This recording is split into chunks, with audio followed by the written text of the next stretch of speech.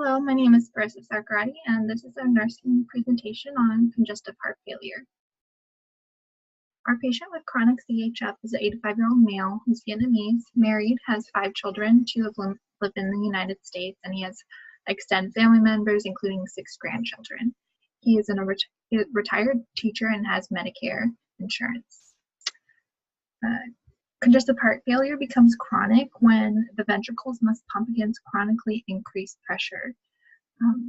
The patient's symptoms include shortness of breath, fatigue, swelling in the ankles, legs, and abdomen, sometimes in the neck, veins in the neck too.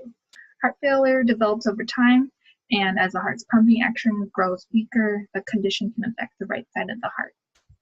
Diagnostic tests include BNP hormone level, which increase with heart failure. Echocardiogram, which shows the size and shape of the heart and how well the chambers are working. And a nuclear stress test, which shows how well the blood is flowing through the heart to the heart muscles. Medical treatment, pharmacological treatments include ACE inhibitors, which lower blood pressure and reduce the strain on the heart. Angiotensin receptor blockers relax the blood vessels and lower the blood pressure to decrease the heart's workload. Beta blockers slow down the heart rate and also lower the blood pressure, so it decreases the workload of the heart also. Diuretics, also known as fluid pills, reduce the fluid buildup in the legs and swelling areas, and that is sometimes used.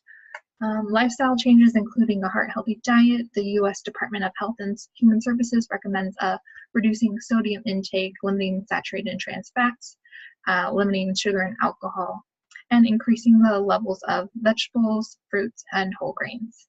We want to promote physical activity and quitting smoking, which isn't applicable here.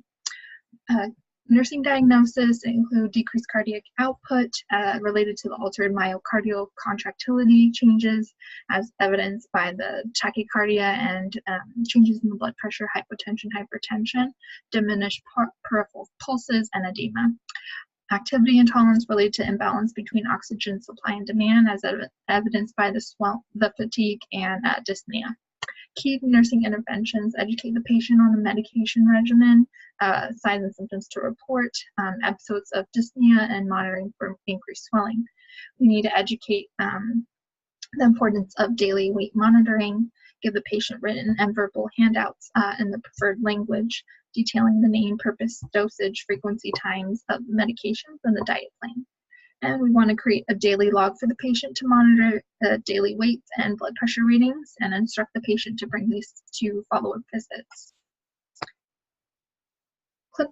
Clinical judgment comparing self-capacity with chronic CHF and treatment demands. The patient is college educated, he's fluent in 3 languages, he visits his doctor yearly, he's eager to learn about the treatment plan.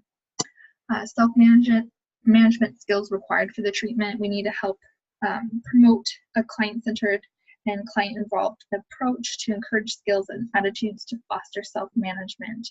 So help the patient with self-regulation, including monitoring for signs of worsening CHF, such as weight gain or increased edema.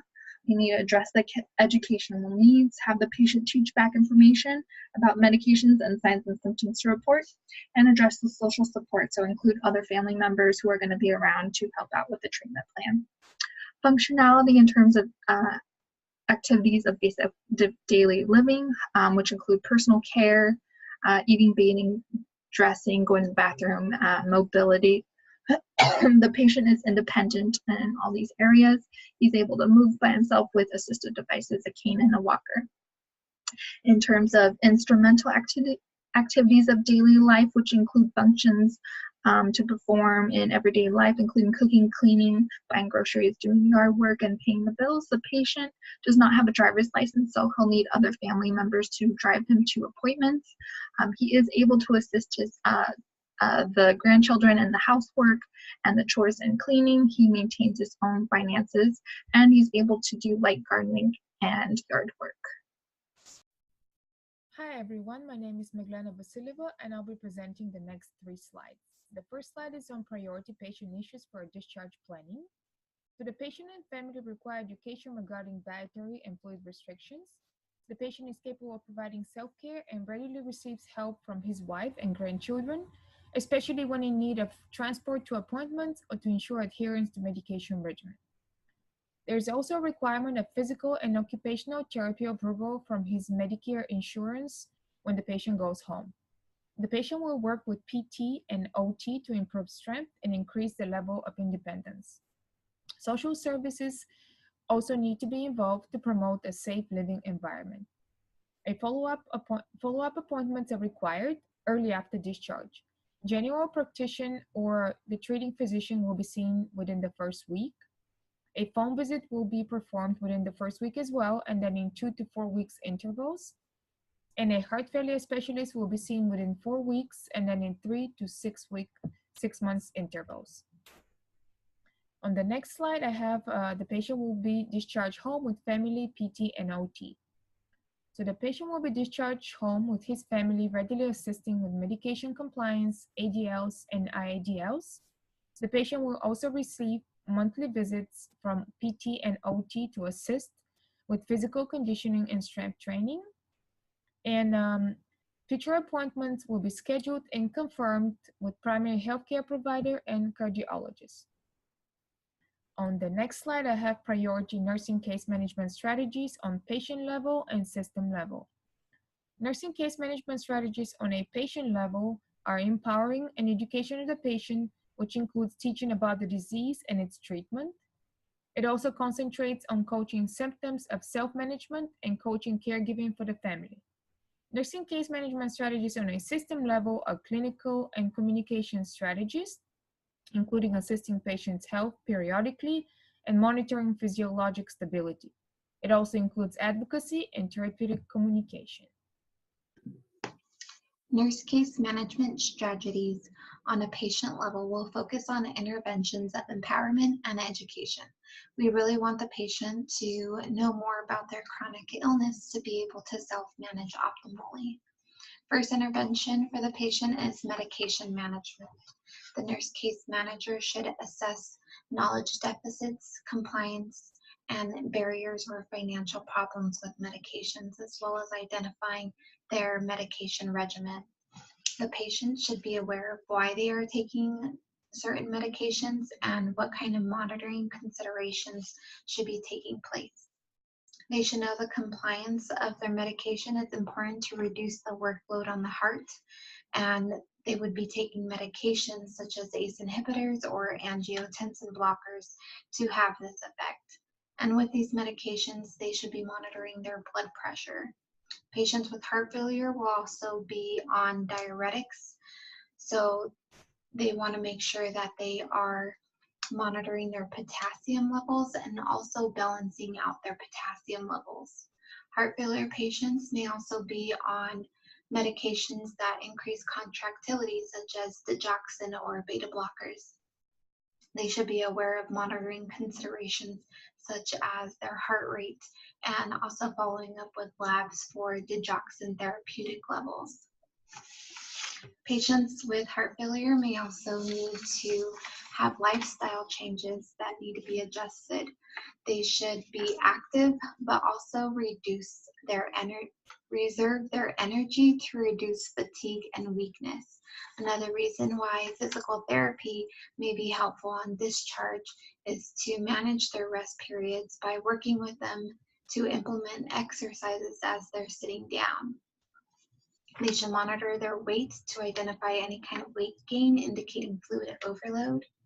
Diet should also be limited to 2 grams of sodium and also limit their fluid intake. Nurse case managers should assess any kind of nutrition risk factors such as inappropriate or inadequate food intake or financial issues. The ability to shop and prepare their food as well is a factor to look at. It's important that these patients realize and know what kind of symptoms to report to their healthcare providers, such as swelling in their hands and their legs, rapid weight gain, decreased exercise tolerance, or any kind of chest pain. Coaching families in this kind of material will also help the patient manage their care as well.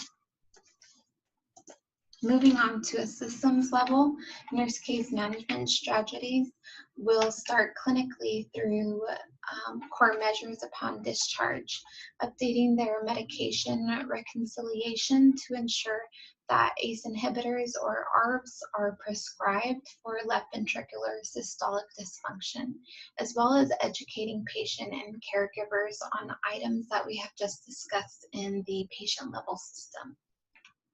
Home health interventions is important in managing chronic illness by evaluating new or worsening signs of heart failure, working with the patient with their functional ability, help maintain appropriate nutrition intake, as well as adherence to their treatment and ensuring that they follow up with their healthcare provider and cardiologist. Cardiac rehab program is a great intervention for nurse case managers to include in patient care, as it is a multidisciplinary program that focuses on education and exercise with heart conditions to achieve optimal physical, psychological, and functional status with the limits of their heart failure. It's beneficial for these kind of patients as it reduces stress and mortality. It improves psychosocial well-being, and it also assesses a patient's progress to adherence of their chronic illness as well.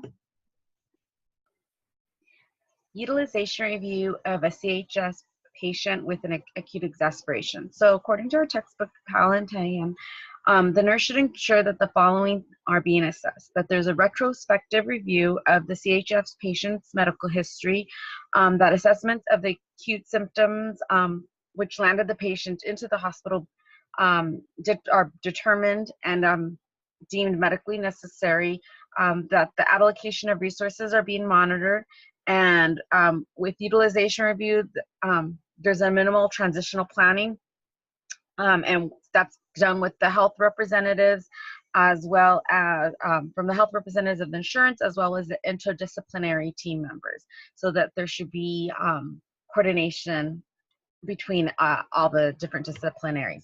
So utilization review differs slightly from utilization management in that it's focused more on the clinical guidelines and structured processes, which allows the proper evaluation of the necessity of the medical services being provided for the patient that is hospitalized for this acute exacerbation of CHF.